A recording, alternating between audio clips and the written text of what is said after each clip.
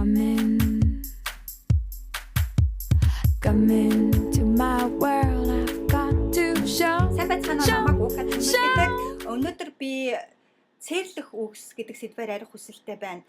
Энэхүү цээрлэх үгэнд ямар үгнүүдийг оруулж байна вэ гэвэл тэгэх юмсан, ингэх юмсан, тэгмээр л байна, ингэмээр л байна гэдэг үгнүүдийг оруулж байна. Яагаад гэвэл эдгээр үгнүүд нь бидний өөрсдөө үнэлэх үнэлэмжийг тодорхой хэмжээгээр бууруулж байдаг. Бид өөрсдөө дутуу дулмыг эсвэл хангалтгүй тооцоход хүргэж байдаг. Учир нь тэгмээр л байна, ингэмээр л байна. Тэгэх юмсан, ингэх юмсан гэдэг үгнүүд нь араасаа үргэлж даанч гэдэг үгийг дагуулж байдаг учраас. Жишээлх юм бол би биеийн тамир спортоор хичээлмээр л байна. Даанч цаг зав алга. Би биеийн тамир спортоор хичээлэх юмсан. Даанч надтай хамт хичээлэх хүн байхгүй юм ч гэдэг юм уу. Эсвэл би өөрийгөө өөрчлөлмөр л байна. Би амьдралаа сайжруулах юмсан. Даанч яаж гэдгийг мэдэхгүй байна. Даанч надад туслах хүн байхгүй юм ч гэдэг юм уу. Тиймээс тэгэх юмсан, ингэх юмсан, тэгмээр л байна, ингэмээр л байна гэдэг үгнүүд нь зөвхөн горилго, найдлага болж байдаг. Учраас биелэгдэх нь ховор байдаг. Тэгээд чи бид тэгэх юмсан, ингэх юмсан гэсэн юм аа өнөөдрийн хийх ёстой ажлын жагсаалтандаа ч гэсэн оруулж бичдэггүй шүү дээ. Бид өнөөдрийнхөө хийх ёстой ажлын жагсаалтанд зөвхөн би тэгэх ёстой, ингэх ёстой гэж бодсон учраас бид түүнийг жагсаалтандаа оруулж бичдэг. Жишээлбэл би биеийн тамир спортоор хичээлэх ёстой гэж бодонгууд бид өнөөдөр хийх ёстой ажлынхаа жагсаалтанд оруулж бичээд түүнийг хэрэгжүүлдэг.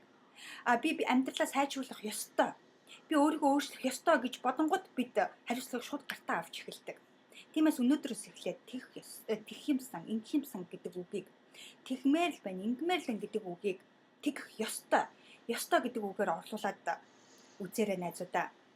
Мөн таны тэгэх юмсан, ингэх юмсан, эсвэл тэгмээр л байна, ингэмээр л байна гэж хүсэж байгаа тэр дуу хоолойны арт талд үнэхээр таны дуу хоолой чин сэтгэлээс гарч ирж байгаа тэр дуу хоолой байж чадчихна уу гэдэг дээр бас анхаарлаа төвлөрүүлээд үзээрэй. Яадаг бол зарим тохиолдолд хэн нэгэн бидэнд тэгвэл зохистой, ингүүл зохистой ч гэдэг юм уу, тэгвэл дээр, ингүүл дээр гэж хэлсэн учраас бид тэгэх юмсан, ингэх юмсан гэд бодоод яваад байдаг. Үүндээ тэр нь бидний мөн чанар биш байдаг учраас тэрнийгээ яг биелүүлж хэрэгжүүлж чадахгүй. Тэгээгүйдээ бид өөрсдөө шаналаад өөрсдийн үнэлэмжийг бууруулад яваад байх жишээтэй. Мөн бусад хүмүүс тэгээд байгаа учраас бусад хүмүүс ийм юм хийгээд байгаа учраас би тэгэх юмсан, ингэх юмсан гэж бодоод яваад байдаг.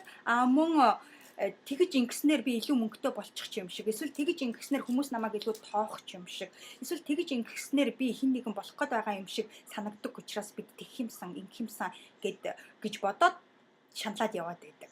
Тиймээс тэр үгний арт талд үнэхээр хэний дуу хоолой байна вэ гэдэг дээр анхаарлаа төвлөрүүлээд үнэхээр таны чин сэтгэлээс гарч ирж байгаа тэр дуу хоолой байгаа бол түүнийг өнөөдрөөс эхлээд би тэгэх ёстой гэж хэлээд ёстой гэдэг үгээр орлуулж сурцгаая найзуудаа. Тэгэх юм бол бид үнэхээр их үр дүн үзэх болно гэдгийг би та бүхэндээ санал болгож байна. Тэгэхээр та бүхэндээ амжилт хүсье. Дараагийн видео бичлэг хүртэл баяртай.